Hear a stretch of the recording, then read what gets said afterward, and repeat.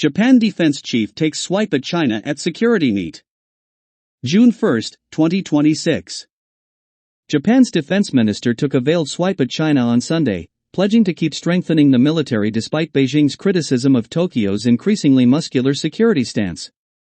Under Prime Minister Sanai Takaichi, Japan has quickened its pivot towards a more proactive defense policy, further shaking off with U.S. encouragement its pacifist outlook in place since the end of World War II. The change has drawn frequent rebukes from Beijing, which has accused Tokyo of following a reckless policy of new militarism that could destabilize the region. Japanese Defense Minister Shinjiro Koizumi hit back on Sunday, saying nothing could be further from the truth. Think about it. There is a country that has a huge arsenal of nuclear weapons and strategic bombers, Koizumi said at the annual Shangri-La Dialogue in Singapore. Japan has neither of such weapons. And yet, Japan is labeled as new militarism. Isn't it strange? He said, without mentioning China by name. China is thought to possess hundreds of nuclear warheads and has been rapidly developing its military in recent years. A diplomatic spat between the Asian rivals has been rumbling since Takaichi suggested in November that Japan might intervene militarily if China were to attempt to seize Taiwan, the self-ruled island that Beijing claims as part of its territory. Koizumi said that China was expanding its military capabilities without sufficient transparency and that its military activities were a matter of serious concern for Japan.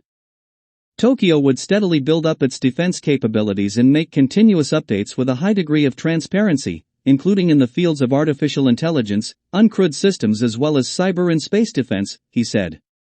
Japan's past as a peace-loving nation has been valued by the region and by international community. This fact will not be shaken by false claims, because it is a fact, he said. In a meeting with his Philippine counterpart Gilberto Teodoro, the two countries confirmed that Japan would aim to transfer Abukuma-class destroyers and TC-90 aircraft to the Southeast Asian nation during Japan's fiscal year 2027, a Philippine statement said. Manila has been eyeing the Abukuma-class vessels, which are being retired by Japan for some time, with the military sending a contingent to examine them in 2025.